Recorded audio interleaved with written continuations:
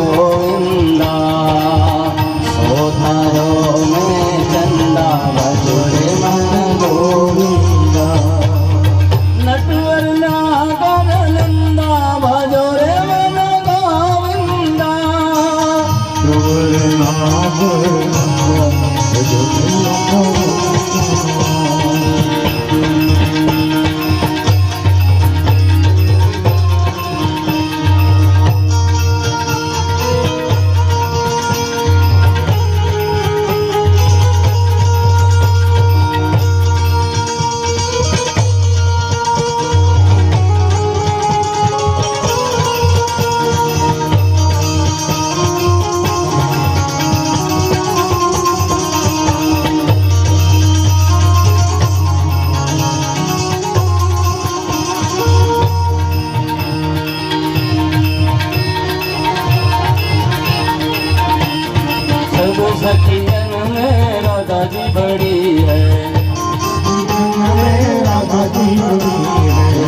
सखियन में राधा जी बड़ी है सब सखियन में राधा जी बड़ी है दो नदियों में गंगा भजो रे मन गोविंदा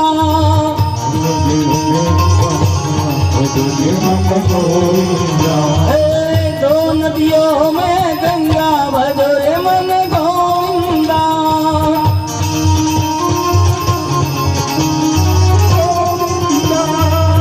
नटवर नागर नंदा भजो रे मन गोविंदा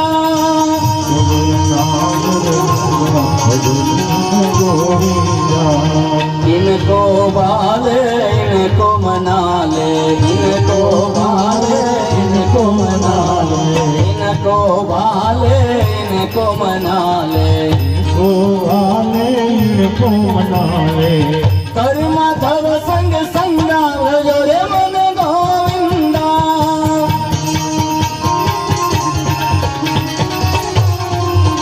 कर माधव सतरे संगा भजो रे मन गोविंदा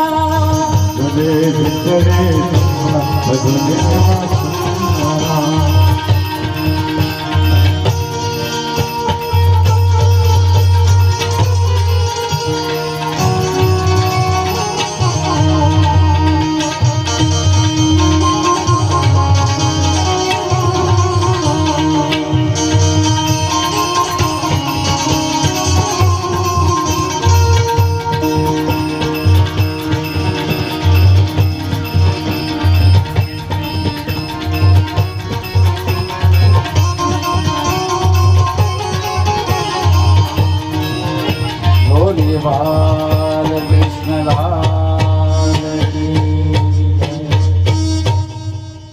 जगन्नाथ महादेव की जय।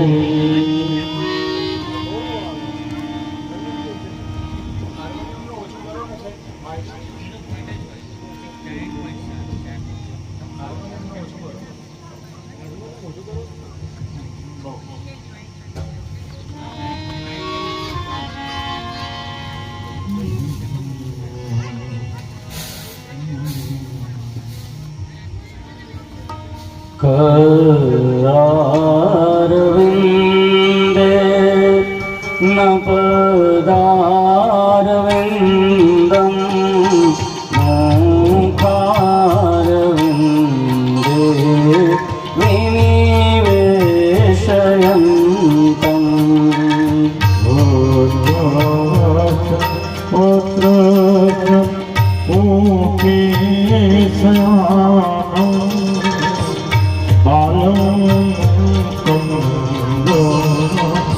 मनसा स्वरामि श्री कृष्ण गोविंद हरे मुरारी हे नाथ नारायण वासुदेव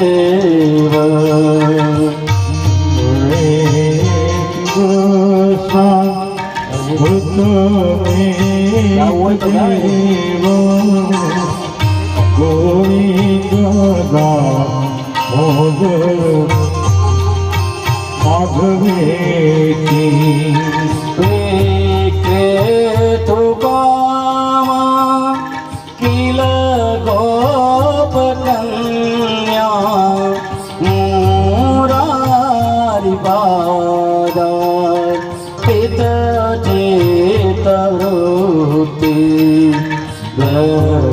द्रव्यादिकं मोह वशाद्वोतं गोविन्ददामोदर माधवेति गृहे गृहे गो पवतो कदम्बा सर्वे मिलित्वा समवाप्य योगं पुण्यानि नामानि निपठन्ति योगं गोविन्ददामोदर माधवेति सुखं शयाना निलयेन जपे नामानि विष्णो प्रवदन्ति मर्त्या ते निश्चितं तान् मयताम्रजन्ते गोविन्ददामोदर माधवेति जिहवे सदैवं भज सुन्दराणि नामानि कृष्ण शमनोहराणि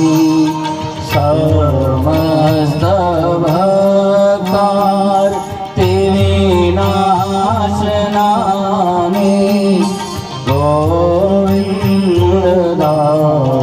गोविन्ददामोदर माधवेति सुखावसाने इदमेव सारं दुःखावसाने इदमेव गेयं देहावसाने इदमेव जाप्यं गोविन्ददामोदर माधवेति श्रीकृष्ण राधा वर गोकुलेश गोपाल गोवर्धननाथ विष्णु जिहवे पिब स्वामृतमेतदेव गोविन्ददामोदर माधवेति गोविन्ददामोदर माधवेति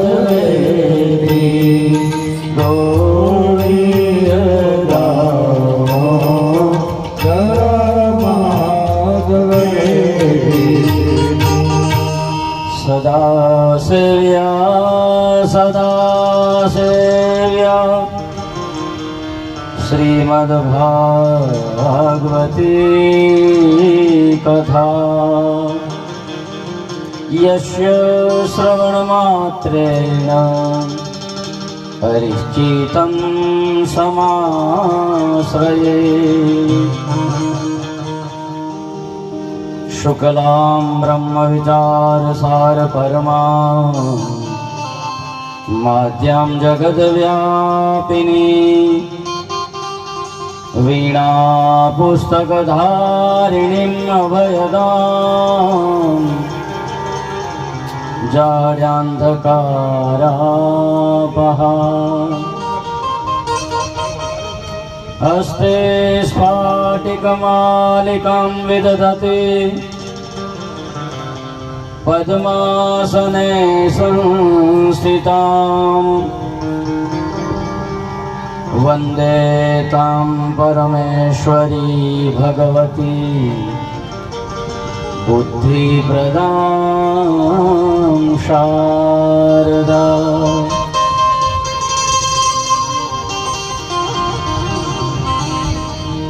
मृत्युञ्जय महादेव त्राहि मां शरणागत।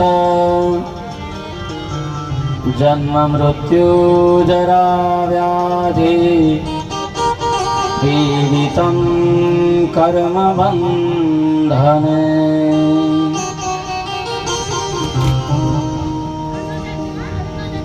अंजनी सुताय विद्महे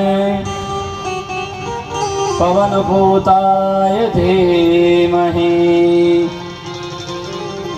तन्नो हनुमन्त प्रचोदयात्।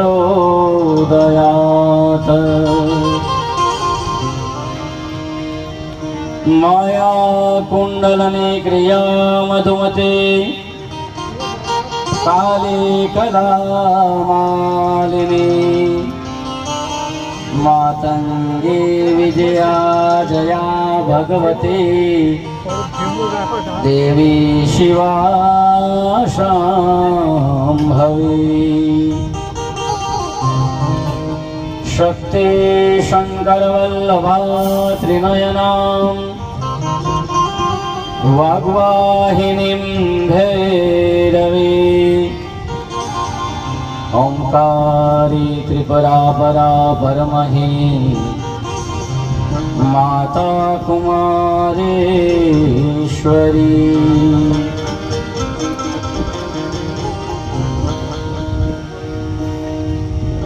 સવારની કથામાં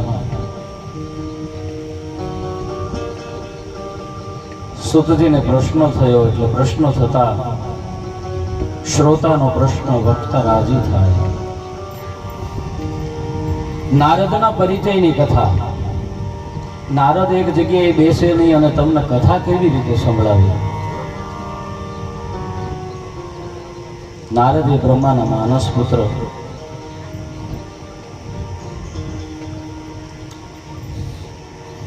એટલે સુતજી કહે છે કે હે શૌનક, ભક્તિ ભરેલી કથા સાંભળો કે જે મને શુકજીએ પ્રેમથી સંભળાવી હતી.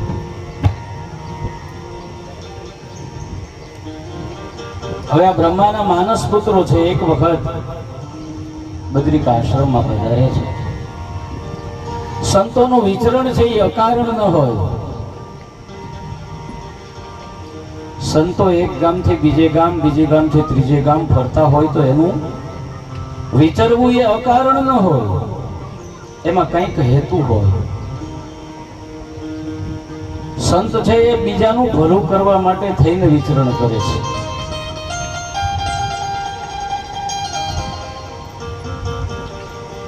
ઘરેથી જે સત્સંગની ભાવના કરીને ઘરેથી નીકળે એને સત્સંગ અવશ્ય મળે. ઘરેથી નીકળે કે આજે કોઈ પણ ભોગે મારે સત્સંગ કરવો છે, જ્યાંથી મળે ત્યાંથી, તો એને કોઈ પણ જગ્યાએ સત્સંગ મળી જાય.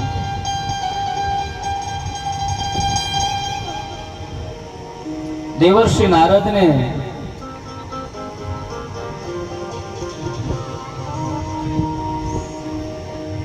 આ સૌનકાદી ઋષિઓએ જોયા.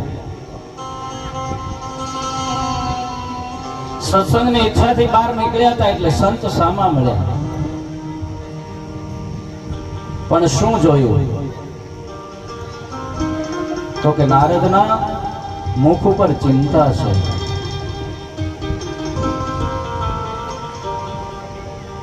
સંત ચિંતા ના કરે, સંત છે ચિંતન કરે. નારદના મુખ ઉપર વિષાદ જોયો એટલે પ્રશ્ન કરે છે, કથમ બ્રહ્માદિનમુખ કૃત ચિંતાતુરો ભવાન ત્વરિત ગમ્યતે પુત્ર કુતશ્ચાગમનં તવ. આ સનત કુમારો છે એમણે નારદજીનું મોટું ગરીબડું જોયું એટલે પ્રશ્ન કરે છે, શાની ચિંતા? કઈ બાજુથી આવો છો અને કઈ બાજુ જાઓ છો? તમારા જેવા સંત જો ચિંતાતુર થાય તો ભક્તિ લાગે. સંતો છે એ ચિંતન કરે છે, ચિંતા નહીં. ચિંતન કરે જે ઈશ્વરનું તેની ચિંતા ઈશ્વર કરે. ભગવાનનું ભજન જે માણસ કરતો હોય ને એને કોઈ દિવસ ચિંતા કરવાની ન હોય. ઈશા મરસાના વિવાહ હોય કે કુંવરબાઈનું મામેરું હોય, એ તો ભગવાન ચિંતા કરે. એટલો ભરોસો ભગવાન ઉપર આપણે છોડી દઈએ ને કે મેં જે કાંઈ શરૂ કર્યું છે, કોઈ પણ પ્રકારનું ધાર્મિક કાર્ય કે કોઈ પણ પ્રકારના આપણા ઘરે પ્રસંગ, એ પોતાની કુળદેવી પોતાના ઈષ્ટદેવની માથે જો એટલી શ્રદ્ધા હોય, એના ખોળે એ કામ નાખી અને તમે મૂકી દો, તમારું કામ પાર પડી જશે. તમારા ઘરે કોણ આવી અને ક્યારે કયું કામ કરી જશે તમને ખબર નહીં પડે. પણ આપણને એના ઉપર ભરોસો નથી એટલે આપણા કામમાં વિઘ્ન આવે છે. જે ભગવાનનું ચિંતન કરે છે એની ચિંતાઓ ભગવાન ભરી લે છે. આ ચિંતા છે ને એ ચિતા જેવી છે. ચિતા છે એ મરેલાને બાળે છે ને ચિંતા છે એ જીવતાને બાળે છે. એટલે બધી જ ચિંતા છે એ ભગવાનને સોંપી દેવાની. કારણ કે જ્યારે બધા જ પ્રયત્નો કરીને આપણે થાકી જઈએ અને આપણું કામ સફળ ન થાય ત્યારે આપણે શું કહીએ છીએ કે હવે હરી કરે તે ખરી. તો પહેલેથી જ એને સોંપી દીધું હોત તો પહેલેથી આપણે નથી સોંપતા. અહીંયા કળિયુગનો પ્રભાવ. આ નારદજી બધી વાત કરે છે પોતે કેમ ચિંતામાં છે. હે સનત કુમારો, પૃથ્વી ઉપર મેં જે જોયું ને એનાથી હું દુઃખી થયો છું. પુષ્કર, પ્રયાગ, કાશી, ગોદાવરી, હરિક્ષેત્ર, કુરુક્ષેત્ર, શ્રીરંગ, સેતુબંધ અને અનેક તીર્થોમાં ફર્યો. પણ નારદજી કહે છે કે મારા મનને શાંતિ ના મળી. નારદ જેવાને શાંતિ ન મળે મનને તમને કેવી રીતે મળે? નારદજી કહે છે કારણ કે કળિયુગ આવ્યો છે અને કળિયુગે પોતાના અધર્મ નામના મિત્રની સાથે આ પૃથ્વી ઉપર ધામા નાખ્યા છે. સત્યમ નાસ્તિ તપઃ શોચમ દયાદાનમ ન વિદ્યતે ઉદરમ ભરિણો જીવા વરાકા કુટુભાષિણો. નારદજી કહે છે કે સતયુગ જતો રહ્યો, કળીકાળ આવી રહ્યો છે અને અધર્મ નામના મિત્રની સાથે કળિયુગે ધામા નાખ્યા છે. સત્ય, દયા, દાન અને તપ, પવિત્રતા ક્યાંય દેખાતી નથી. દાનના બદલે લોકોમાં લોભ વધ્યો છે. જીવો બધા પેટ ભરા થયા છે. કોઈ પણને મૂંડી નાખો પણ મૂડી થવી જોઈએ. આજે માણસ ગંધાય માણસ ખાઓ, માણસ ગંધાય માણસ ખાઓ. માણસ માણસાઈ ભૂલ્યો છે.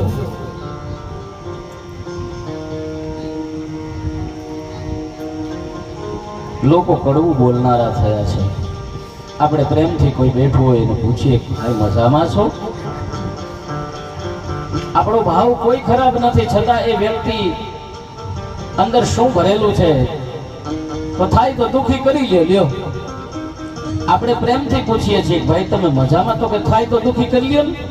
એટલે ભાઈ તને પ્રેમથી પૂછે છે, તને દુખી કરવા માટે નહીં.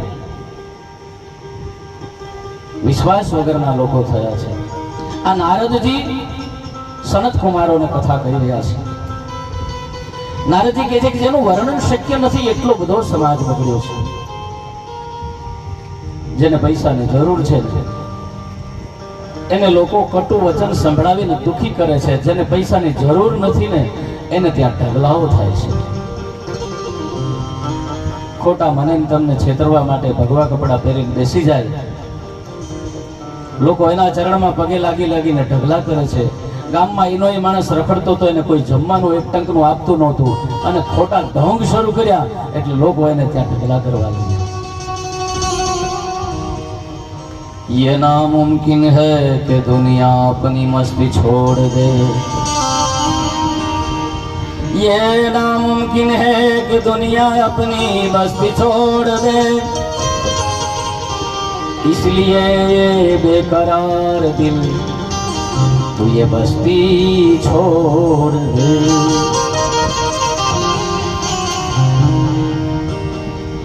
આ નારદજીનું સમાજ દર્શન. નારદજી કહે આશ્રમો યવનો દ્વારા રૂંધાયા છે. કોઈ યોગી નથી, કોઈ જ્ઞાની નથી, કોઈ સત્યરૂપ નથી. આમાં હું યમુનાના કિનારે આવ્યો ત્યાં મેં એક આશ્ચર્ય જોયું. એક યુવાન સ્ત્રી રડે છે. બે વૃદ્ધ પુરુષ એની બાજુમાં પડ્યા છે ને એની સેવા કરે છે. જગાડવાનો ખૂબ પ્રયત્ન કર્યો.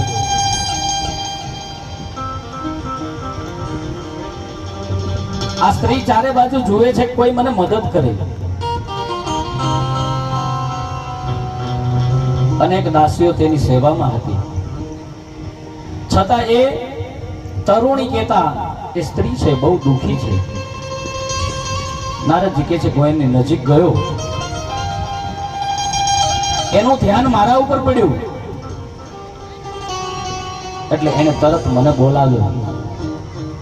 ભૂભો સાદૌ ક્ષણમ તિષ્ઠ મન ચિંતામપિ નાશય દર્શનમ તવ લોકસ્ય સર્વથા દહરમ પરમ.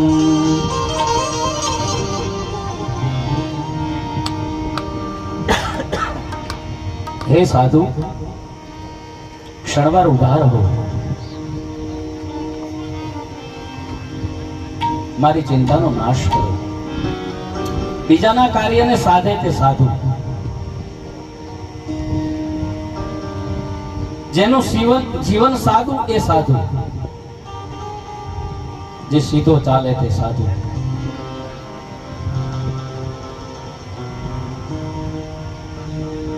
સરળ સ્વભાવ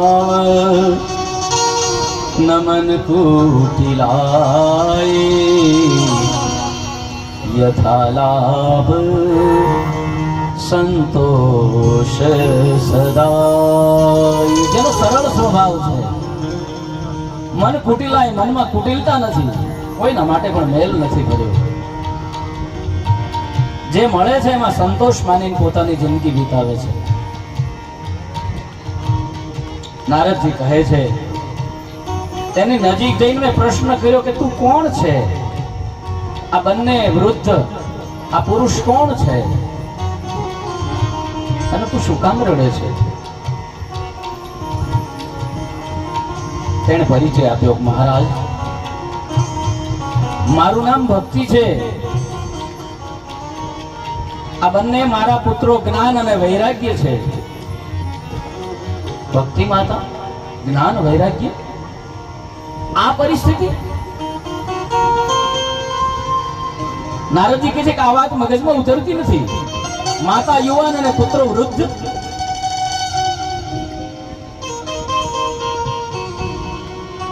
આ કેવી રીતે હોઈ શકે? તરત ભક્તિએ જવાબ આપ્યો કે મહારાજ, આ એજ તો મારી વ્યથા છે. ભક્તિ કહે છે સાંભળો, બધી વાત કરું છું. ઉત્પન્ના દ્રવિડે સાહમ વૃદ્ધિ કર્ણાટકે ગતા ક્વચિંત ક્વચિન મહારાષ્ટ્રે ગુર્જરે જીર્ણતા ગતા.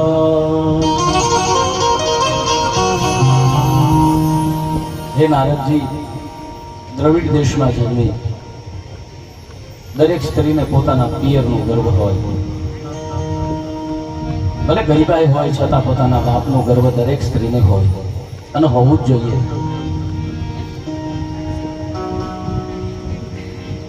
આ ભક્તિનું પિયર ક્યાં છે? તો કે દક્ષિણ, કેરલા, કન્યાકુમારી. અને અમે હમણાં જ જઈને આવ્યા અને ખરેખર આંખથી જોયું કે 5-5 લાખના પગારદાર વ્યક્તિ હોય છતાં કપાળમાં ત્રિપુંડ જોવા મળે છે. અને આપણને અહીંયા આજે ચાંદલો કરવામાં પણ શરમ આવે છે.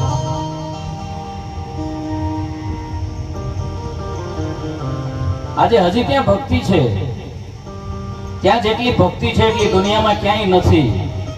અને આજે આપણને જે આચાર્યો મળ્યા છે એ પણ ક્યાંથી મળ્યા છે? શંકરાચાર્ય, વલ્લભાચાર્ય, માધવાચાર્ય, રામાનુજાચાર્ય, આ બધા આપણને દક્ષિણમાંથી જ મળ્યા છે. આથી ભક્તિ ત્યાંથી આપણને પ્રાપ્ત થઈ છે. આ એનું પિયર છે.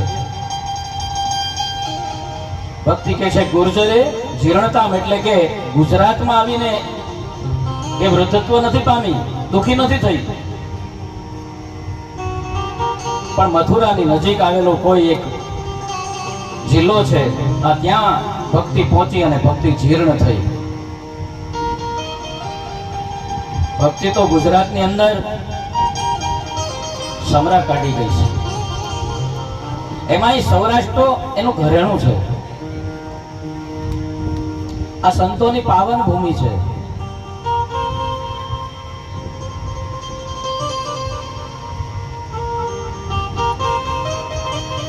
ઘણી બધી એવી ભૂમિ હોય ને એમાં સંતો થઈ જાય પછી અમુક ભૂમિ છે એનો ખ્યાલ આવે.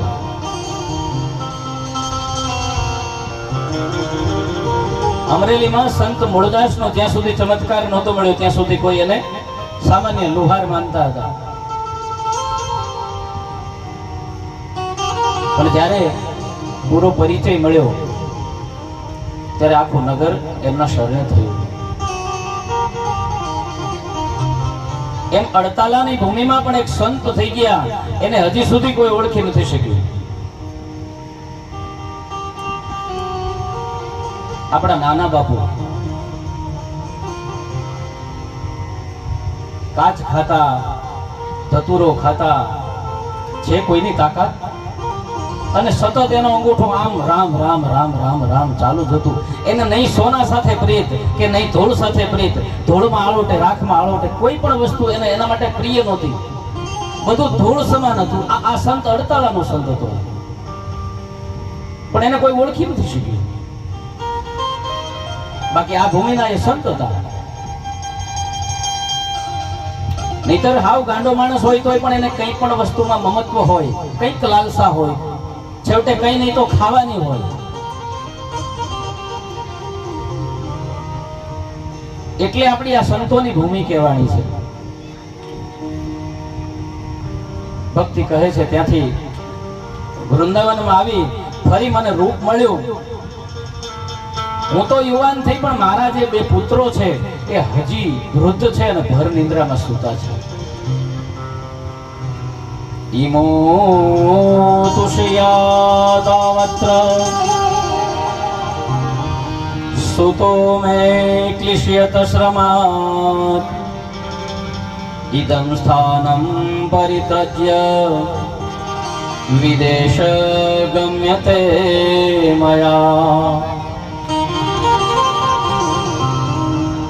પૃથ્વી છે કે મને એમ થાય છે કે હું આ સ્થળ છોડી અને વિદેશ જતી રહું. ત્યારે નારદજી કહે છે કે હા બાપા, હા, સાંત્વના રાખો.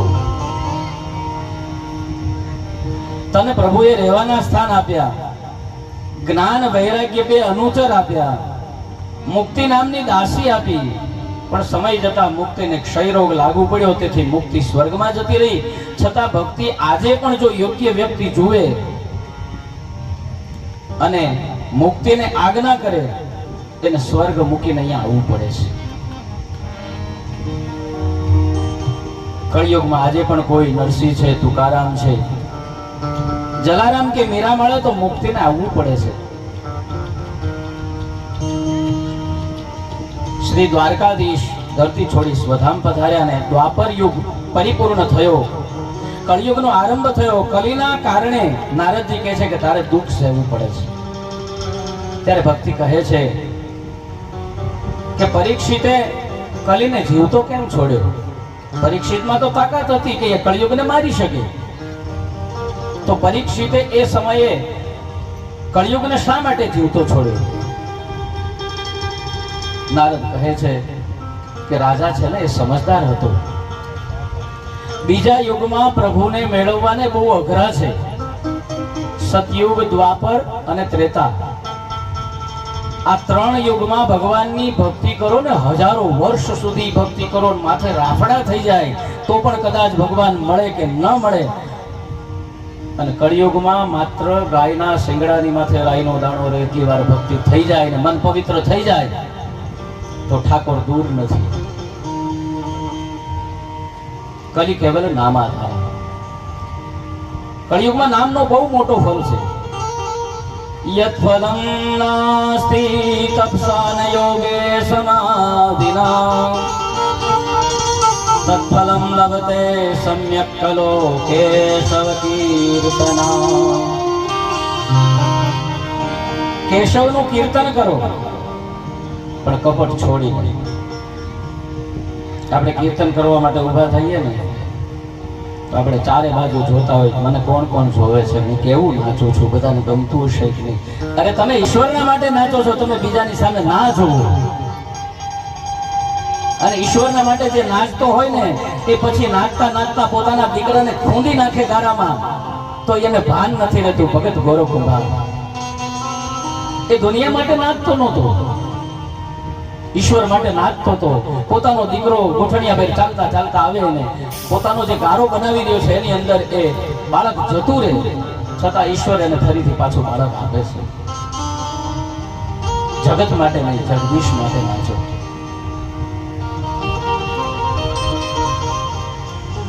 કેશવનું કીર્તન કપટ છોડીને કરે તે ભવપાર ઉતરે. માટે પરીક્ષિતે કલીને માર્યો નથી.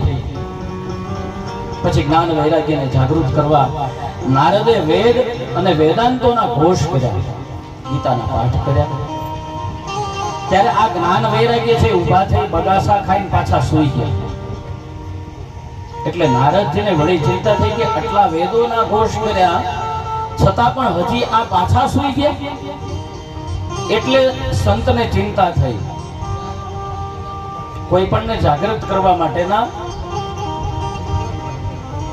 બધા જ પ્રયત્નો પૂર્ણ થાય અને જાગૃત ન થાય તો વિદ્વાન માણસ છે અને ચિંતા થાય કે મેં મારી બધી જ બુદ્ધિ, મારી બધી જ શક્તિ અહીંયા લગાવી દીધી છતાં મને પરિણામ ન મળ્યું.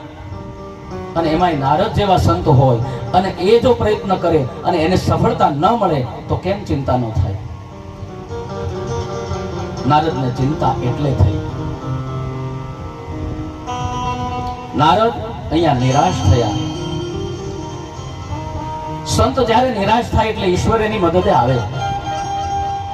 આકાશવાણી થઈ અને કહ્યું કે નારદ, તારી મહેનત નિષ્ફળ નહીં જાય, સફળ થશે, પણ એના માટે તું સત્કર્મ કર.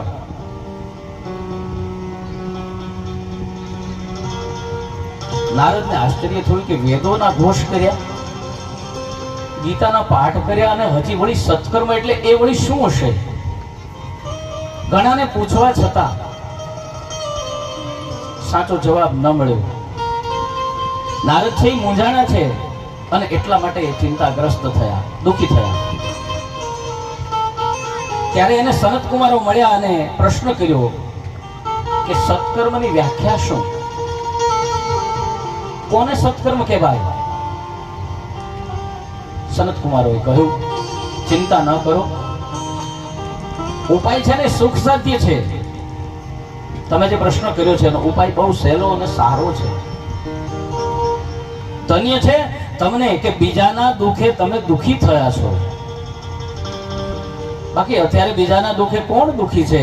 સુખી હોય ને દુઃખી કરવા માટે માણસ હંમેશા તૈયાર હોય છે. કોઈ વ્યક્તિ દુઃખી હોય ને 5000 રૂપિયાની જરૂર હોય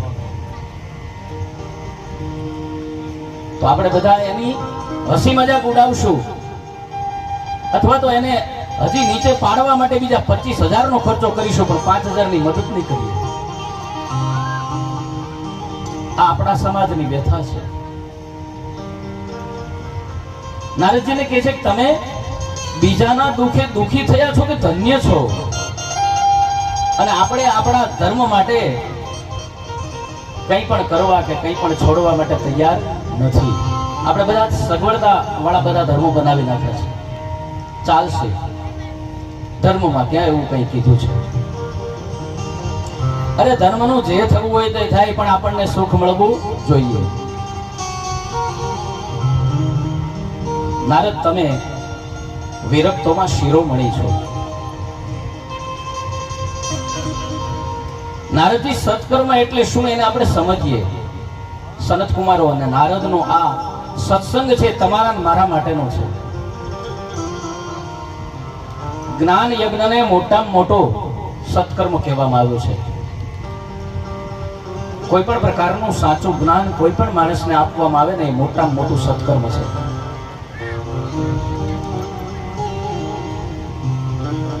જ્ઞાન યજ્ઞ જેવો બીજો કોઈ યજ્ઞ નથી. શ્રીમદ ભાગવત જ્ઞાન યજ્ઞથી જ્ઞાન, વૈરાગ્ય અને ભક્તિ એ તરણી રસપુષ્ટ થશે.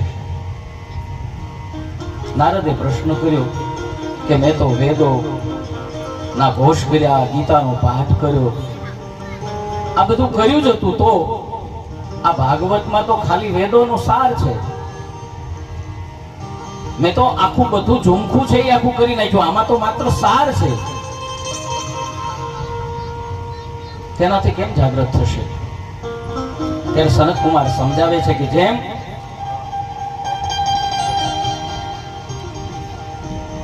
આંબો હોય તો આંબાની નજીક જઈએ ને આંબાના થળિયામાંથી દાંતડીથી થોડીક છાલ કાઢીને ખાઈ તો કેવી લાગે? તુરી લાગશે ને. એમાંથી એકાદી ડાળ તોડીએ, એનો દાંતણ બનાવીને ચાવીએ તો કેવી લાગશે? એ પણ તુરી લાગશે. અરે પાંદડા તોડીએ, પછી ચાલો મોર આવ્યો છે, મોર ખાઈ તો પણ કેવો લાગશે? અરે એમાંથી ખાખટી બની ગઈ, ખાખટી ખાધી એ પણ કેવી લાગશે? તો કે ખટ મીઠી. બહુ એવું થાય થોડીક પીળી થઈ છે તો થોડીક મીઠી ને થોડીક ખાટી. આખા આંબાનો સાર ઈ કેરી છે અને પૂર્ણતઃ પાકેલી હોય તો કેટલી મીઠી લાગે. એમ વેદો અને ગીતાનો જે કઈ સાર છે એ શ્રીમદ ભાગવત છે. તમે થળિયાને ચાખ્યું, ડાળોને ચાખી, પાંદડાને ચાખ્યા છે, ત્યાં સુધી તમને મીઠાશ ક્યાંથી આવે?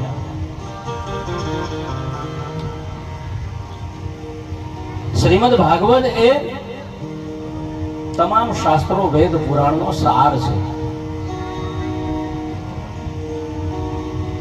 એટલે નારદજી સનત કુમારોની વાતથી રાજી થયા અને બોલ્યા કે એક અનુનય કરું. હા બાપજી. તો પછી તમો જ કથા સંભળાવો ને હું શ્રોતા બનું. આજે નારદ શ્રોતા બન્યા છે. આપણે કહીએ નારદ ક્યાંય રોકાય નહીં, આજે નારદ રોકાણા છે. સનત કુમારે કહ્યું કે બહુ સારું, અમે આમે સત્સંગ માટે નીકળ્યા હતા કે જો કોઈ કથા સંભળાવે તો કથા બેસીને સાંભળશું, જેને કોઈ સાંભળવા માંગે તો એને કથા સંભળાવીશું. જે કથા જીવી હોય ને એને કથામાં રસ હોય, નહીં કે ભૂલો કાઢવાના. ઘણા મોટી ઉંમરના હોય, બહુ બધી કથાઓ સાંભળી હોય, એટલે પછી બેઠા બેઠા કથાઓમાં ભૂલો કાઢતા હોય. પણ આ કથા 7 દિવસમાં પૂરી કરવાની હોય તો કોઈ વક્તા છે કોઈ પ્રસંગને વધારે લેતા હોય, કોઈ પ્રસંગને ટૂંકો લેતા હોય, કોઈ વસ્તુ છોડી દેતા હોય. કારણ કે 3 કલાક સવારે અને 3 કલાક બપોર પછી એમ કથા પૂરી ન થાય. પણ જે ઘરે બેઠા વાંચી ગયા હોય આખું ભાગવત ને, તો એ ભૂલો કાઢતા હોય કે મહારાજે આ ન લીધું, મહારાજે આ ન કર્યું. તો અત્યારે થાળીમાં જેટલું આવ્યું છે એનાથી પેટ ભરને ભાઈ. શા માટે તું નથી બન્યું એની ચિંતા કરે છે? કથા જીવી હોય ને કથામાં રસ હોય, નહીં કે ભૂલો કાઢવાનો. આ ભગવાનની ચર્ચા વગરનો જે દિવસ જાય છે ને એને વંધ્ય દિવસ કહેવાય છે, એને વાંધ્યો દિવસ કહેવામાં આવે છે. આખા દિવસમાં તમે ગમે ત્યાં બેઠા હોય એક વખત કોઈ પણ ભગવાનની ચર્ચા કરો, તમારો દિવસ સુધરી જશે. તમે જે જાણો છો એ બીજાને આપો અને બીજા જે જાણે છે એની પાસેથી તમે લો.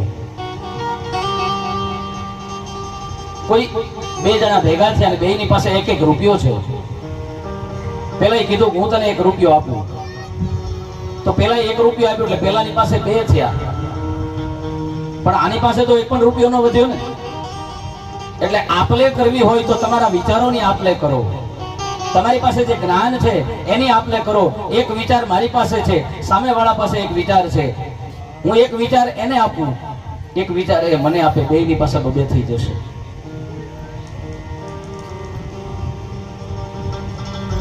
દિવસ પસાર કરવો હોય તો ભગવાનના ગુણોના અંદર પસાર કરો. કથાનું સ્થળ નક્કી થયું ગંગાના કિનારે, આનંદ તટ છે. ત્યાં જઈ અને સનત કુમારો અને નારદ છે ગંગાના કિનારે આવે છે, સત્સંગ મળ્યો છે, આનંદ થયો. આજે નારદ છે ધન્ય બન્યા છે. જન્મ જન્માંતરના ભાગ્યનો જ્યારે ઉદય થાય ત્યારે સત્સંગ મળે છે. કોઈ સાચો સંત છે ને ત્યારે મળે, કે જન્મ જન્માંતરના આપણા ભાગ્ય છે એ ખીલે ત્યારે આપણે ત્યાં સાચો કોઈ સંત આપણને મળે. અને એવો સૂર્ય ઉગે એટલે મોહરૂપી અંધકારનો નાશ થાય અને સેજે મુક્તિ મળી જાય. પણ એના માટે સત્સંગ કરવો પડે. હે મનડાના મેલ મટી જાય સાચા સત્સંગમાં, મનડાના મેલ મટી જાય સાચા સત્સંગથી, દ્વેષ અને દ્વેષ ઘટી જાય સાચા સત્સંગમાં,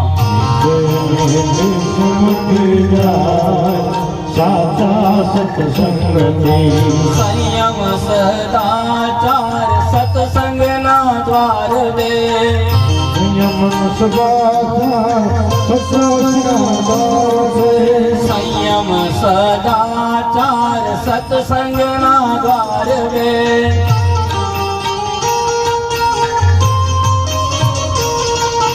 બેસનાર સંત બની જાય સાચા સત્સંગમાં, સાચા સત્સંગમાં.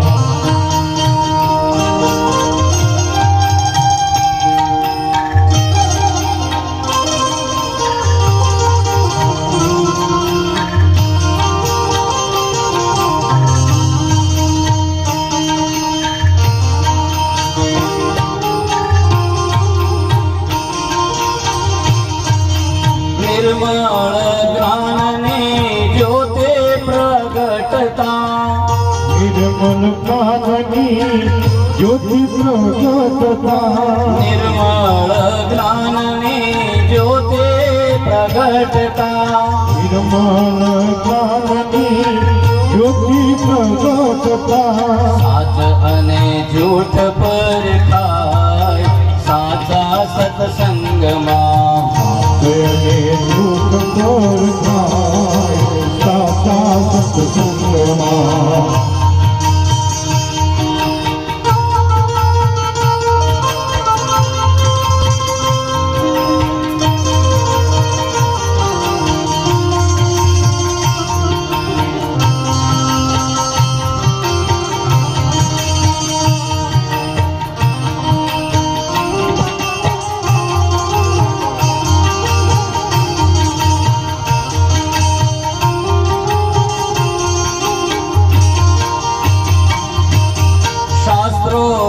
સંતમાં શ્રદ્ધા ઉપજતા, શાસ્ત્રોને સંતમાં શ્રદ્ધા ઉપજતા, શાસ્ત્રોને સંતમાં શ્રદ્ધા ઉપજતા, શાસ્ત્રોને સંતમાં શ્રદ્ધા ઉપજતા, બેસનાર સંત બની જાય સાચા સત્સંગમાં, આવી ખસી જાય સાચા સત્સંગમાં અવગુણ આખા ખસી જાય સાચા સત્સંગમાં આવી ખસી જાય સાચા સત્સંગમાં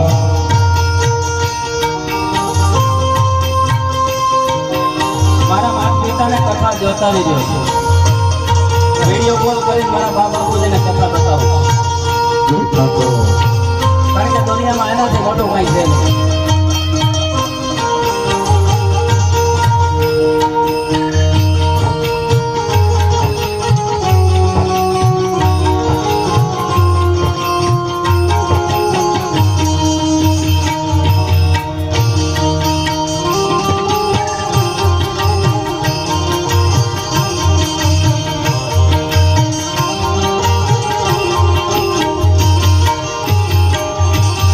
ભગવદ કૃપાથી સદગુરુ જો સાંપડે ભગવદ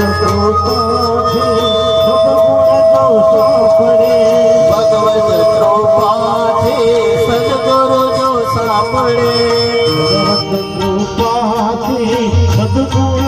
સાંપડે મનને શાંતિ મળી જાય સાચા સત્સંગથી શાંતિ મળી જાય સાચા સત્સંગમાં મનડાના મેલ મટી જાય સાચા સત્સંગથી મેલ મટી જાય સાચા સત્સંગથી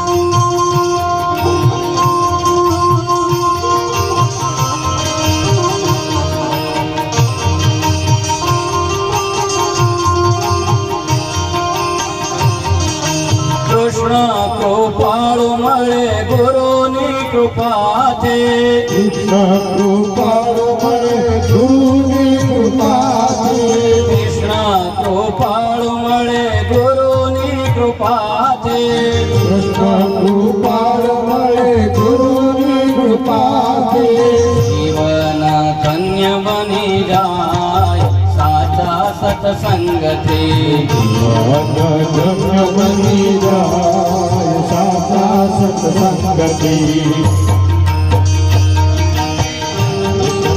દેશ મટી જાય સાચા સત્સંગથી બિનુ સત્સંગ વિવેક ન હોય રામ કૃપા બિનુ સુલભ ન સોય. માણસનામાં વિવેક ક્યારે આવે? બિનુ સત્સંગ વિવેક ન હોય. ક્યાં જાવું ને કેવી રીતે બેસવું ને એ સત્સંગ કર્યો હોય તો ખબર પડે. એમાં પણ શું કીધું કે રામ કૃપા બિનુ સુલભ ન સોઈ. એમાં પણ રામની કૃપા હોય તો થાય. આમાં થોડીક ઇફેક્ટ છે. નારદ કહે છે કે આજે મને સત્સંગ મળ્યો છે. નારદજી ધન્ય બન્યા, ભગવાને કૃપા કરી. આ ભાગવતનું જ્ઞાન બ્રહ્માજીને કહ્યું, બ્રહ્માજી પાસેથી નારદને, નારદ પાસેથી વ્યાસને, વ્યાસ પાસેથી શુકને, શુકદેવજી પાસેથી પરીક્ષિતને મળ્યું. શુક પરીક્ષિત સંવાદ આ શુકપુરાણીએ પણ સાંભળ્યો અને એ જ કથા આજે હું ને તમે સાંભળી રહ્યા છીએ. વક્તા છે માર્ગમાંથી હટી જાય છે. આ કથા હું નથી કહેતો, અગાઉ કોઈ કહી ચૂક્યું છે. આ કથા છે ભગવાનના સ્વમુખમાંથી નીકળેલી કથા છે.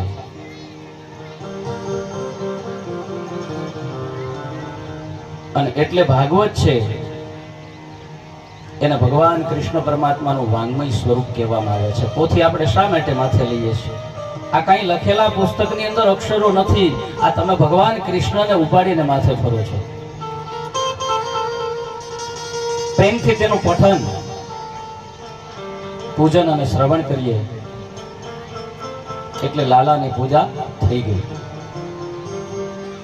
નારદો વાચ જ્ઞાન યજ્ઞમ કરિષ્યામિ શુકશાસ્ત્ર કથોજ્વલમ ભક્તિ જ્ઞાન વૈરાગણામ સ્થાપનાર્થમ પ્રયત્નત.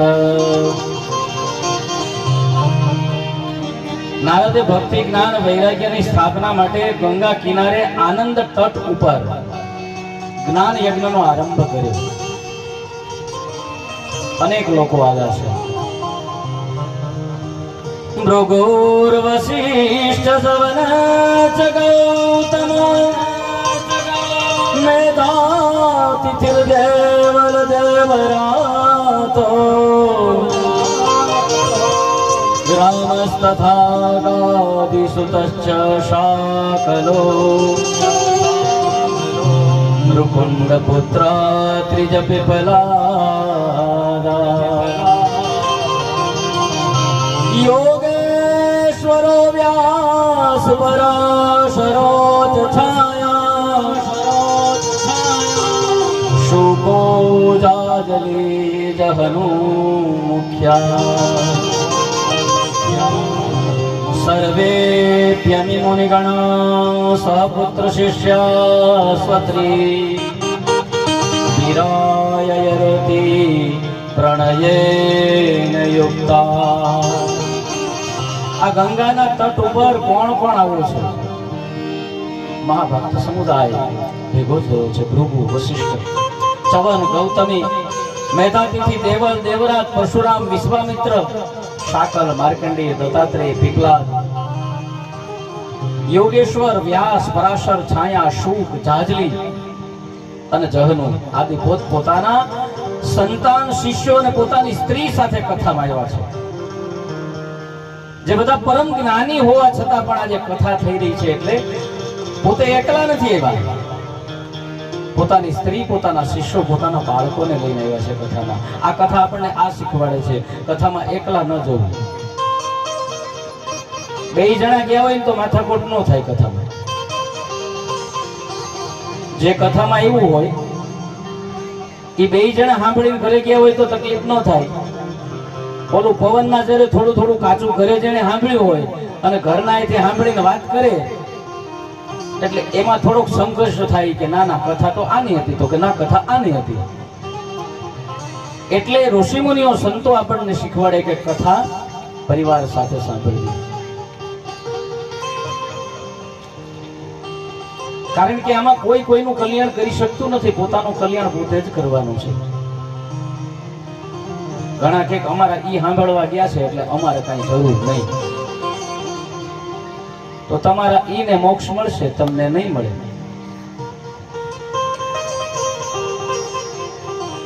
એટલા માટે તો ચોથો ફેરો સ્ત્રી આગળ શું કામ થાય છે?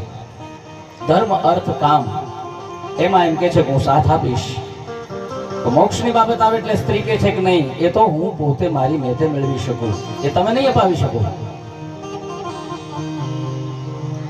ઋષિ મુનિઓ સંતો પોતાના સંતાનો, સ્ત્રી અને પોતાના શિષ્યો સાથે આવ્યા છે. ઉપરાંત અહીંયા આ કથા ચાલુ છે એમાં કોઈ કંકોત્રી છપાણી નથી, કોઈ કંકોત્રી આપવા પણ ગયું નથી. ખાલી માત્ર સમાચાર મળ્યા કે ગંગાના તટ ઉપર સનત કુમારો અને નારદજી આ કથાનું આયોજન થયું છે એટલે આપ મેળે ત્યાં કથામાં પહોંચ્યા છે. અને હવે આપણો આ સમય ને સમાજ આપણને ક્યાં આમંત્રણ છે આપણે જઈએ. આપણો વ્યવહાર થઈ ગયો છે. આપણે ત્યાં ક્યાં આવ્યા હતા એ નહીં આવ્યા હોય તો કઈ નહીં.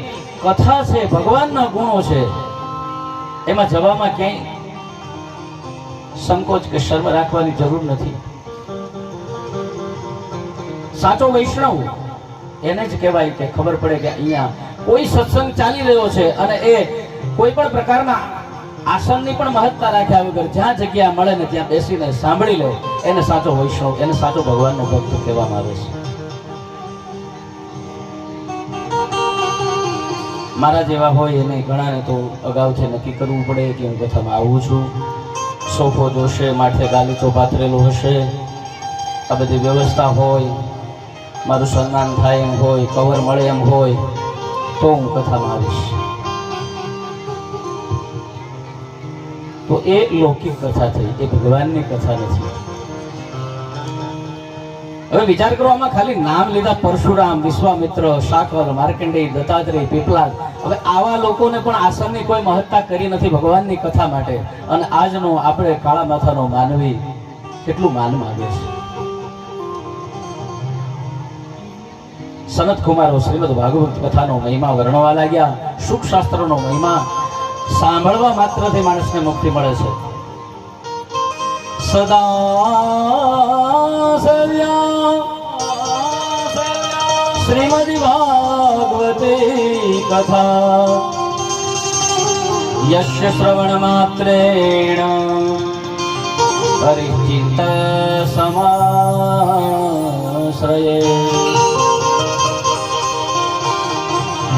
આ ભાગવતની કથાનું સદા સેવન કરવા જેવું છે, જેથી મારો હરિ છે હૃદય કમળમાં આવે, બિરાજમાન થાય. પ્રભુનું સામિત્ય, ભગવાન આપણી નજીક જ છે, પણ આપણો આવકારો નથી. આ ભાગવત કથા અગાઉ કહી ગયો એમ બધાને મળતી નથી. 100 જન્મના પુણ્ય ભેગા થાય ને ત્યારે આ ભાગવતની કથા મળે છે. દુર્લભેવ કથા લોકે શ્રીમદ ભાગવતો ભવ કોટિ જન્મ સમુત્થેન પુણ્યેનેવ તુલભ્યતે. આ દુર્લભ છે, સહેજે સહેલાઈથી મળી જાય એવી આ કથા નથી. કોટી જન્મ, ઘણા પુણ્યો ભેગા થાય ત્યારે આ કથા મળે છે. लाख इरादे बनते हैं, बन के बिगड़ जाते हैं, कथा सुनने वही आते हैं, जिन्हें मेरा मुरारी बुलाते हैं.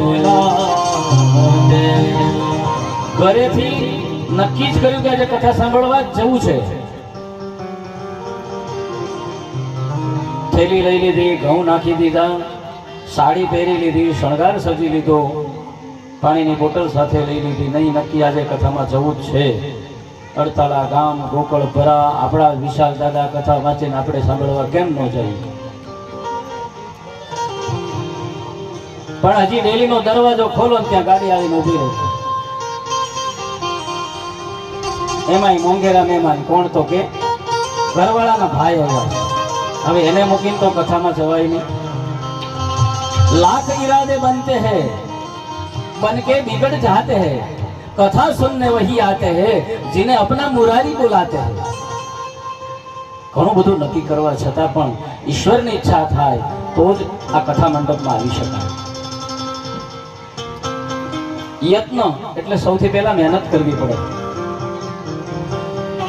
એનું સરવાળો કરીએ, યત્ન વત્તા ઈચ્છા. પહેલા કથામાં જવા માટેની મહેનત કરવી પડે, એની સાથે ઈચ્છાને ભેળવવી પડે, અને એની સાથે અનુગ્રહને ભેળવો, એના બરાબર સાફલ્ય, તો આપણે મંડપમાં પહોંચી શકીએ. આ ભાગવત કાર્યની ઈચ્છા કરો, ઈચ્છા પૂર્તિ માટે સંનિષ્ઠ યત્ન કરો, પણ સાથે સાથે અનુગ્રહ પણ હોવો જોઈએ. નહીં તો આ ભાગવત કાર્ય છે એમાં સફળતા નહીં મળે. આમ આ કથા સુખશાસ્ત્રનો મહિમા ચાલુ છે. ત્યાં દૂરથી એક સંઘ છે, એ ગાતા ગાતા આવે છે. નાહમ વસામિ વૈકુંઠે યોગિનામ હૃદયેન ચ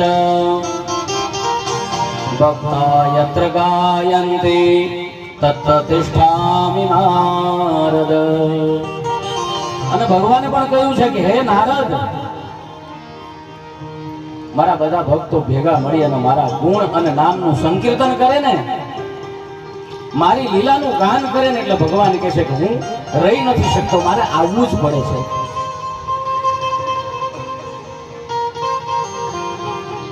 નટવર નાગર નંદા ભજો રે મન ગોવિંદા, નાગર નંદા ભજો રે મન ગોવિંદા. જય જય ગોકુલ નંદા ભજો રે મન ગોવિંદા. જય ગોકુળ નંદા ભજો રે મન ગોવિંદા. सब देवों में कृष्ण जी बड़े हैं, सब देवों में कृष्ण जी बड़े हैं. सब देवों में कृष्ण जी बड़े हैं. सब देवों में कृष्ण जी बड़े हैं. सो तारों में चंदा भजो रे मन गोविंदा.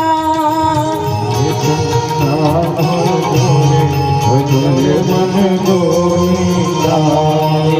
सो तारों में चंदा भजो रे मन गोविंदा. ભજો રે મન ગોવિંદા. એ સૌનક કે આ સંગમાં ભક્તિ મહારાણી પોતાના જ્ઞાન વૈરાગ્ય પુત્રોને સાથે સંકીર્તન કરતા કરતા પધાર્યા. જ્યાં કથા ચાલે છે અને કથા ચાલે ત્યાં ઈશ્વરને આવવું પડે. ઈશ્વર આવે એટલે ભક્તિ મહારાણી થઈ પાછી યુવાન થઈ ગયા. બંને પુત્રો જાગૃત થયા છે. જ્યાં જ્યાં કથા થાય છે ને ત્યાં સકળ તીર્થો ભક્તિ જ્ઞાન વૈરાગ્ય એ જરૂર પધારે છે. સનત કુમારો અને નારદજીએ ભક્તિ મહારાણીનું સ્વાગત કર્યું. પધારો પધારો બિરાજો. ત્યાં ભક્તિ દેવી કહે છે કે ક્યાં બિરાજો? મારા ઠાકોરજી કહે છે કે જે મારી કથા સાંભળવા આવ્યા છે ને મારા ભક્તો એના હૃદયમાં બિરાજો. મારા વૈષ્ણવો એના હૃદયમાં બિરાજમાન થાવ. ભક્તિ દેવી પોતાના પુત્રો સાથે શ્રોતાઓના મનમાં બિરાજમાન થયા. કથાનો મહિમા વધારતા સુદપુરાણી વિશેષ કથા સમજાવવાના પ્રયત્નો કરે છે. તુંગભદ્ર તટે પૂર્વમ ભૂત્ય મનુતમં યત્ર વર્ણા સ્વધર્મેણ સત્ય સત્કર્મ તત્પરા. તુંગભદ્રા નદીના કિનારે ઉત્તમ નગર છે. આ કથાને સમજાવવા માટે આત્મને દેવ જે બ્રાહ્મણ છે એનું દ્રષ્ટાંત અહીં આપવામાં આવ્યું છે. તુંગભદ્રા નદીના કિનારે ઉત્તમ નામનું નગર છે અને એમાં આત્મદેવ નામનો બ્રાહ્મણ છે. બ્રાહ્મણ તો બહુ સીધો સાધો છે. ઘરમાં એની પત્ની નામ છે ધુંધલી. ભગવાનના નામમાં જેને નિંદર આવે, બીજાની પંચાત અને કુથલી કરવામાં જેને આનંદ આવે છે એવું એનું નામ છે ધુંધલી. એને કથામાં રસ ના હોય, એ કલહપ્રિય હોય. હંમેશા કોઈનો ઝઘડો કેમ થાય? બ્રાહ્મણ બધી જ રીતે સુખી છે પણ સંતાનનું સુખ એને નથી. બધી રીતે સુખી છે પણ શેર માટેની ખોટ છે, સંતાન નથી. સંતાન નથી તેથી આત્મદેવ છે દુખી છે, પણ આ કલહપ્રિય જે ધુંધલી પત્ની છે એને કોઈ અસર નથી. દીકરો એ વિવેક અને વિવેક રૂપી પુત્ર નથી ત્યાં સુધી આત્મદેવ દુખી છે. અને વિવેક વિના મુક્તિ નહીં. માણસના જીવનમાં વિવેક ન હોય તો એને મુક્તિ મળતી નથી. ગમે તેટલો જ્ઞાની હોય, ગમે તેટલો પૈસાવાળો હોય, પણ એમાં વિવેક ન હોય તો. આપણે 1 થી 7 ધોરણ ભણતા હોય ત્યારે સ્કૂલમાં લખ્યું છે કે વિનયેન વિદ્યા શોભતે. વિદ્યા ગમે તેટલી માણસ પાસે હોય પણ એમાં વિવેક ન હોય તો એ શોભા નથી. એમ વિવેક રૂપી પુત્ર નથી. એટલે આત્મદેવ બ્રાહ્મણ દુખી છે.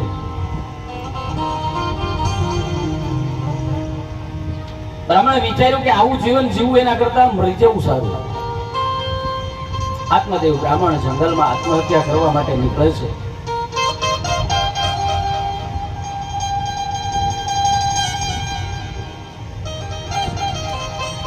ઝાડની ડાળીએ દોરડું બાંધી ગળા ફાંસો ખાવાની તૈયારી કરે છે. એ જ સમયે એક સંત ત્યાંથી પસાર થાય. ભાઈ કોણ છો? બાપજી બ્રાહ્મણ છો. આત્મદેવ બ્રાહ્મણ થઈને આત્મહત્યા કરે છે. શું કરું બાપજી? મારા જીવનમાં કોઈ રસ નથી. મારી પાછળ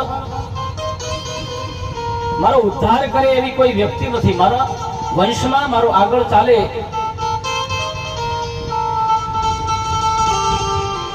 તો પણ વંશ વેલો આગળ ન ચાલે તો તારે શું વાંધો છે? તારો ઉદ્ધાર તું પોતે કરી શકે, હું તને રસ્તો બતાવું. તો કે ના બાપજી, બસ મને તો સંતાન જોઈએ છે. જો તમે સંતાન અપાવી શકતા હો તો સારું, ન અપાવી શકતા હો તો મને મારી રીતે મરવા દો. મને શા માટે રોકો છો?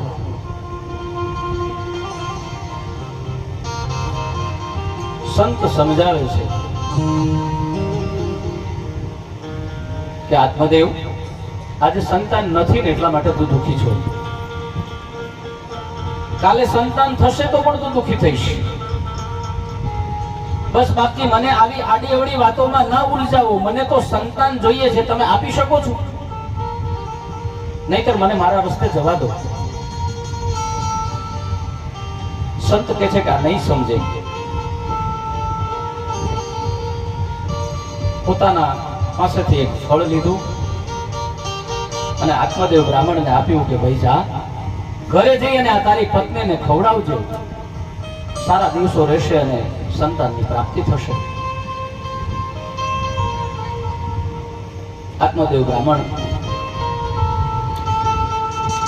ઋષિને સંતને વંદન કરી વિદાય લે છે. હર્ષ પામતો પામતો પોતાના ઘરે આવે છે અને કહે છે કે હે ભાગ્યવાન, સાંભળ સાંભળ, શું છે પણ? અરે આપણે ત્યાં સંતાન થાય એવું એક ફળ હું લઈને આવ્યો છું. આપણી આ શેર માટેની ખોટ છે ને એ પૂર્ણ થાય એમ છે. કોઈ ઋષિનું આ ફળ છે એ આપણે તને ખવડાવવામાં આવે ને તો આપણે ત્યાં પુત્રની પ્રાપ્તિ થશે. પણ જે ધૂંધલી છે એને સારું ક્યાંથી દેખાય?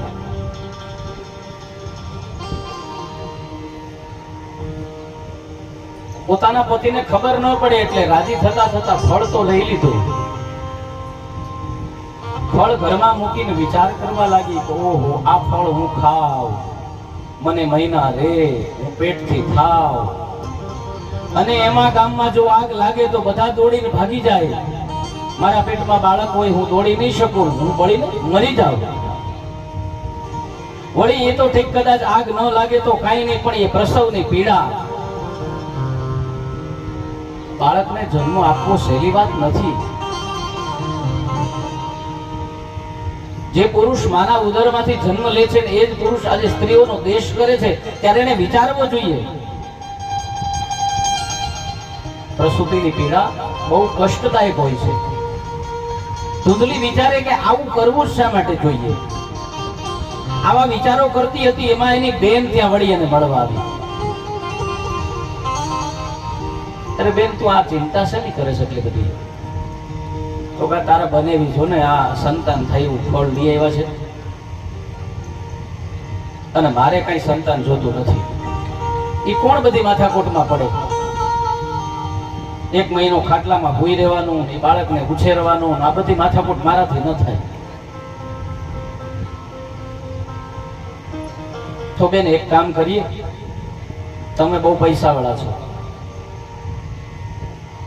અને હું પેટથી છું, મને જે બાળક આવે એ હું તમને આપી દઈશ, એના બદલામાં તમારે મને પૈસા આપવાના. ધૂંધલી કહે છે કે કોઈ વાંધો નહીં બેન, બહુ સરસ તું આ રસ્તો લઈ આવી.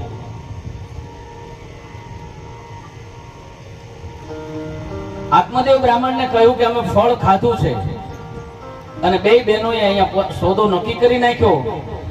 ફળ જ્યાં જોયું સામે કે તો આ ફળનું હવે કરવું શું? તો કે આંગણામાં ઉભેલી જે ગાય છે ને એને આપણે ફળ ખવડાવી દઈએ.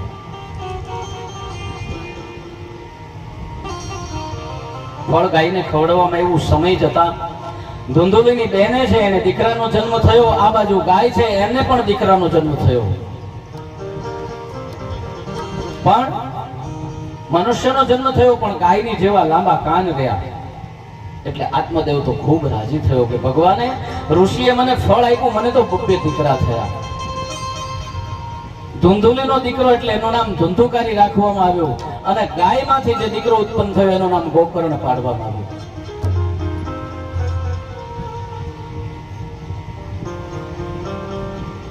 जन्म मिला मकान में, धन मिला दुकान में, आखिर जाएगा स्मशान में. जवानी को ऐसो जियो कि बुढ़ापे की फिर पछताना ना पड़े. अरे बुढ़ापे में ऐसा जियो कि फिर आना ना પડે. જો જ્ઞાન છે ને એ કોઈ પણ માણસે મેળવવું હોય તો નાનામાં નાના માણસ પાસે પણથી જ્ઞાન મળી શકે છે. એવું નથી કે કોઈ મહાન પુરુષ હોય એની પાસેથી જ આપણને જ્ઞાન મળે. જ્ઞાન આપણા દીકરા પાસેથી પણ આપણને મળી શકે છે.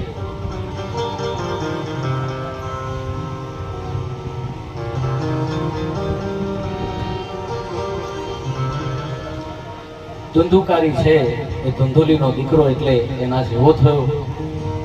ગોકર્ણ મહારાજ મહાન પંડિત થયા છે. ધુંધુકારી જુગારી છે, વ્યભિચારી છે, દુષ્ટ છે, પાપી જીવાત્મા થયો છે. આ બધું જ્યારે આત્મદેવ બ્રાહ્મણે નજરે જોયું એટલે વિચાર કર્યો કે પેલા ઋષિ કહેતા હતા કે દીકરો નથી એટલા માટે આજે તું દુઃખી છો ને, કાલે દીકરો થયા પછી પણ તું દુઃખી થઈશ. આ દીકરો જુગારી છે, વ્યભિચારી છે એટલે બાપ દુઃખી છે. ઓહો, આના કરતા તો સંતાન ન હોય એ સારું.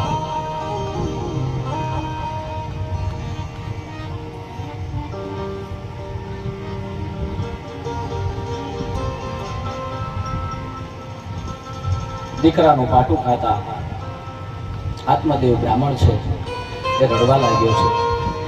આ સમયે ગોકર્ણ મહારાજ ત્યાં આવે છે અને સમજણ આપે છે.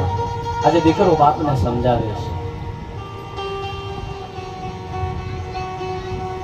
અને ગોકર્ણ મહારાજે જે આત્મદેવ બ્રાહ્મણને સમજાવ્યું એને ગોકર્ણ ગીતા કહેવામાં આવે છે.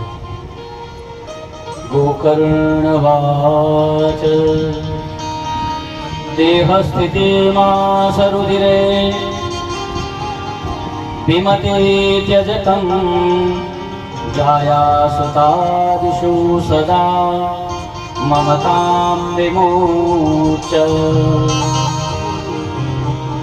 હે પિતાજી, કોઈ કોઈનું નથી. તમે શા માટે ચિંતા કરો છો? તમારા આત્માની મુક્તિ માટે તમારે જ પ્રયત્નો કરવાના છે. કોઈ કોઈનું નથી રે, કોઈ કોઈનું નથી રે, કોઈ કોઈનું નથી રે, કોઈ કોઈનું નથી રે. તમે નાહક નામ રો છો બધા મથી મથી રે, કોઈ કોઈનું નથી રે, કોઈ કોઈનું નથી રે, કોઈ કોઈનું નથી રે. તમે નાહક નામ રો છો બધા મથી મથી રે, કોઈ કોઈનું નથી રે, કોઈ કોઈનું નથી રે, કોઈ કોઈનું નથી રે. આ મારો દીકરો ને આ મારો બાપ છે, અમારો દીકરો ને આ બાપ છે. આ મારી ઘરવાળી ને આ મારી માત છે, અમારી ઘરવાળી મારી માત છે.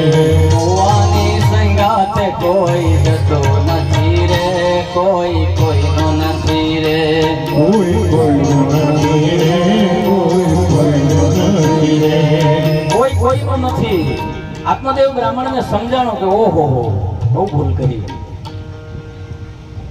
ગોકર્ણ પોતાની અંદર પોતાના બાપને બધું જ્ઞાન આપ્યું છે. ગોકર્ણ મહારાજ કહે છે કે પિતાજી આ શરીર જે હાડ માંસ અને ચામડાનું બોલેલું છે એની આસક્તિ છોડો, એમાં હું પણ ન રાખું, એ અજ્ઞાન છે. શરીર જો આપણું હોત ને તો એ આપણી સાથે આવત. કોઈનું શરીર કોઈની સાથે ગયું, આમાંથી આત્મા જ નીકળી જાય છે, શરીર સાથે નથી જતું. અને જે કાંઈ મહેનત હું તમે કરીએ છીએ શેના માટે? શરીર માટે જ કરીએ છીએ. આત્માના માટે કોઈ દિવસ કોઈ મહેનત કોઈ કરતું નથી.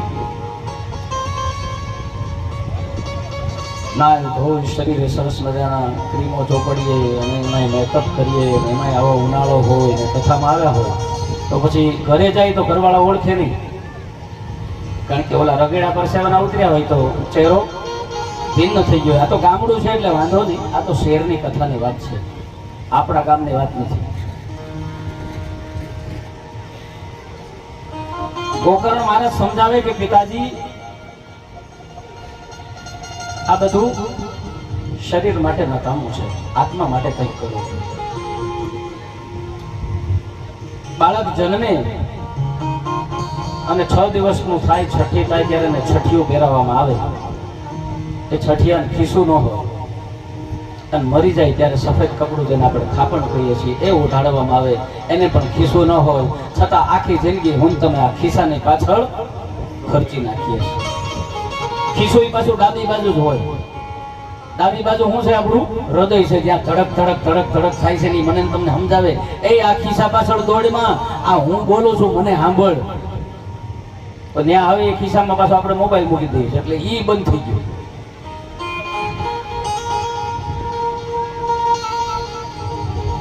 કઈ લઈને આવ્યા નથી ને કઈ લઈને જવાના નથી, છતાં પણ આખી જિંદગી મહેનત કરી અને જે નથી મેળવવાનું એના માટે હું તમે પ્રયત્ન કરી રહ્યા છો. બાળકના વચનો ગોકર્ણ મહારાજના સાંભળ્યા પછી પિતાને પોતાના જીવનમાંથી રસ ઉડી ગયો છે. ઘોર જંગલમાં જતા રહ્યા. આ ધૂંધલી છે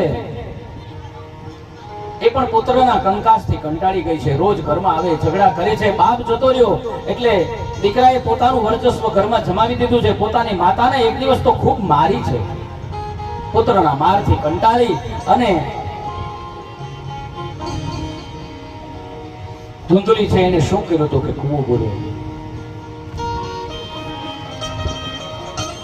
હવે આ ધૂંધુકારી છે એને તો હવે ખુલ્લું મેદાન થઈ ગયું.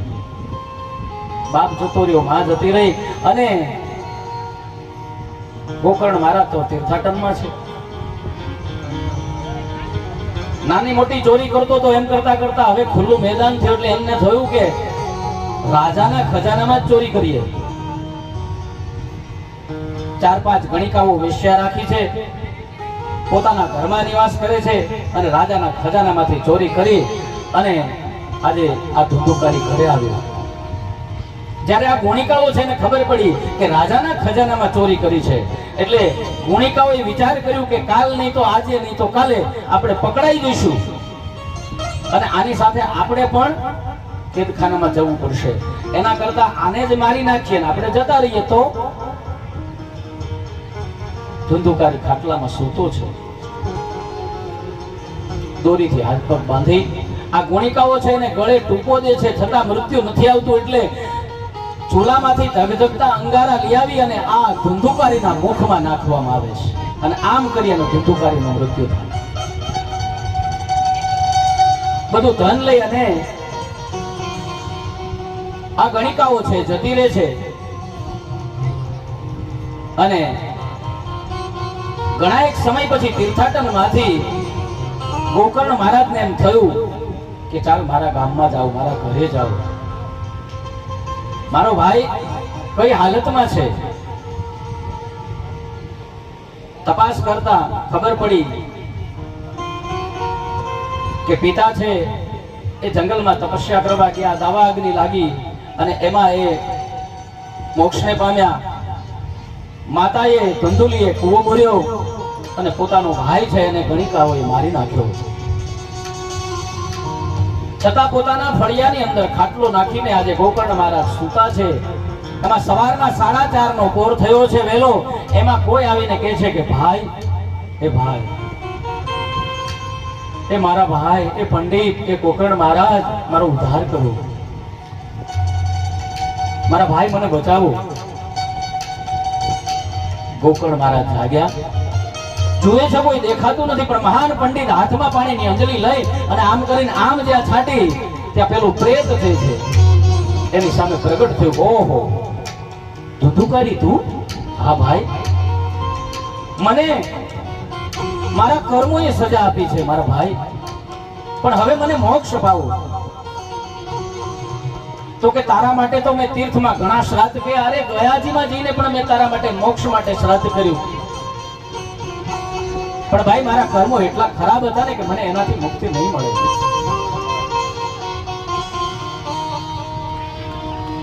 તો કે તારા માટે શું કરવું? તો કે ભાઈ તમે સવારમાં વહેલા ઉઠી નદીમાં જઈને ભગવાન સૂર્યનારાયણને અર્ઘ્ય આપજો અને ભગવાન સૂર્યનારાયણને પ્રાર્થના કરજો, અને ભગવાન સૂર્યનારાયણ તમને જે રસ્તો બતાવે ને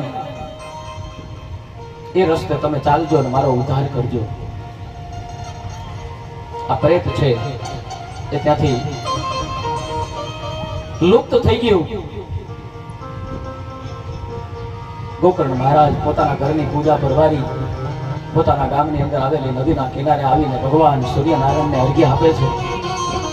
તતઃ સર્વે સૂર્યવાક્યમ તન્મુક્તો સ્થાપિતં પરમ ગોકર્ણ સ્તંભનં ચક્રે સૂર્યવેદસ્ય વે તદા તુભ્યં નમો જગત સાક્ષિના બ્રૂહિ મે મુક્તિ હેતુકમ તત્શ્રુત્વા દુર્ગ સૂર્ય સ્ફુટિતમાભાષત. અમે પણ દરેક ઘરમાં પૂજા કરવા જઈએ ત્યારે ભગવાન સૂર્યનારાયણની પૂજા કરાવીને કહીએ છે કે આદિત્યસ્ય નમસ્કારમ યે કુર્વંતિ દિને દિને જન્માંતર શાસ્ત્રેષુ દારિદ્ર્યોપન જાયતે. આપણો ધર્મ, આપણી પરંપરા શું છે? સવારે વહેલા ઉઠવું, સૂર્ય ઉગે પહેલા ઉઠવું, નાહવું, ભગવાનની પૂજા કરવી, અને સૂર્ય ઉગતો હોય ને પહેલી કિરણ હોય ત્યારે તાંબાનો કળશ સરસ મજાનો ઉજળો કરી ધોઈને સરસ મજાનો અને ભગવાન સૂર્યનારાયણને એક અર્ઘ્ય આપવું અને મંત્ર બોલો કે આદિત્યસ્ય નમસ્કારમ યે કુર્વંતિ દિને દિને જન્માંતર શાસ્ત્રેષુ દારિદ્ર્યોપન જાયતે. એક જન્મ નહીં, આ મંત્ર શું કહે છે કે રોજે રોજ ભગવાન સૂર્યનારાયણને જો આવી રીતે નમસ્કાર કરવામાં આવે તો એક જન્મ નહીં પણ તમારા હજારો જન્મ, જન્માંતર શાસ્ત્રેષુ, શસ્ત્ર એટલે હજાર, દારિદ્ર્યોપન જાય તો તમારા ઘરમાં કોઈ દિવસ ગરીબાઈ કે આળસ નહીં આવે. પણ હવે તો મોબાઈલ થઈ ગયા, 2-2:30 વાગ્યા સુધી મોબાઈલમાં જોઈએ. સવારે ઉઠવાનું તો 10 વાગે ઘરવાળા ઉઠાડે તોય હજી હુવા દે. ભગવાન સૂર્યનારાયણ આપણું કલ્યાણ ત્યાંથી કરે. ગોકર્ણ મહારાજે ભગવાન સૂર્યનારાયણને પ્રાર્થના કરી. ભગવાન સૂર્યનારાયણે રસ્તો બતાવ્યો કે ભાઈ તારે જો તારા ભાઈનો ઉદ્ધાર કરવો હોય તો તું શ્રીમદ ભાગવત કથાનું આયોજન કર, અને 7 દિવસમાં તારા ભાઈને મુક્તિ મળશે અને ધુંધુકારીનો મોક્ષ થશે.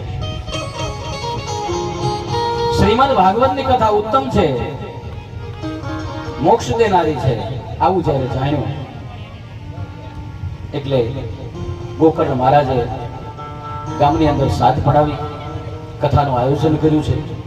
સરસ મજાનો મંડપ રોપ્યો છે અને લીલા વાંસનો એક મંડપ રોપવામાં આવ્યો છે, અને વાંસની અંદરથી પોલો હોય એટલે ધુંધુકારી પ્રેત બની અને વાંસની અંદર બેઠો છે.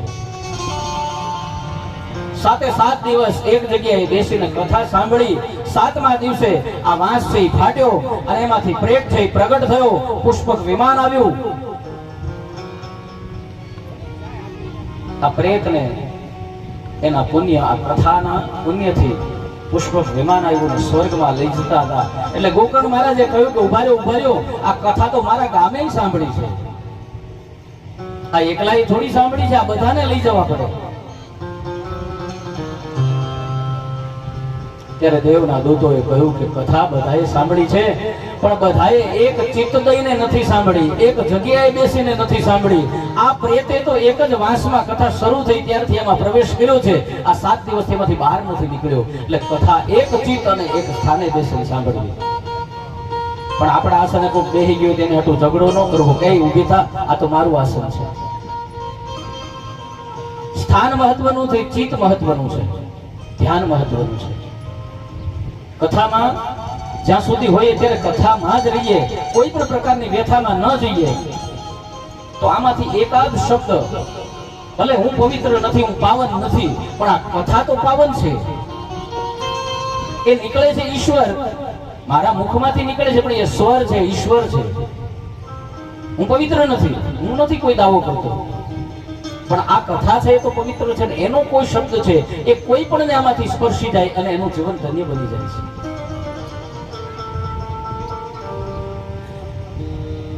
પછી બધાને સમજાણું કે આ કથામાં આવી રીતે બેસાય. ફરીથી ગોકર્ણ મહારાજે કથા કરી અને પોતાના આખા ગામને એમણે મુક્તિ અપાવી છે. જે ગામનું કલ્યાણ કરે એ ગામનો ગુરુ, જે ગામનું સારું ઈચ્છે એ ગામનો ગુરુ, જે ગામમાં પોતાના ભક્તો છે એનું કલ્યાણ કરે એ ગામનો ગુરુ. પોતાના ગામનું જેને હાડો હાડ હૃદય સુધી લાગેલું હોય ને કે મારું ગામ, મારી જન્મભૂમિ, મારી માતૃભૂમિ, ગામ માટે કંઈક કરી છૂટવાની ભાવના હોવી જોઈએ. કારણ કે જન્મભૂમિ છે ને એ તો જન્મદાતા કરતા પણ વધારે મહાન કીધી છે. કથામાં વક્તાના ગુણો અહીંયા બતાવવામાં આવ્યા. વિરક્તો વિષ્ણવો વિપ્રો વેદશાસ્ત્ર વિશુદ્ધિકૃત દ્રષ્ટાંત કુશલો ધીરો વક્તા કાર્યોતિ નિસ્પૃહ. એક શ્લોકમાં માત્ર આખા વક્તાના ગુણો બતાવી દીધા. વક્તા કેવો હોવો જોઈએ? વિરક્ત. વિરક્તનો મતલબ થાય કે એની નજર માત્ર કથા સંભળાવવામાં જ, જ્ઞાન આપવામાં જ હોવી જોઈએ. કોણ પોથી આવ્યું અને કોણે કેટલા મૂક્યા એમાં એનું ધ્યાન ન હોવું જોઈએ. વિરક્ત, એને કોઈ પણ જગ્યાએથી કોઈ પણ પ્રકારની લાલસા ન હોવી જોઈએ.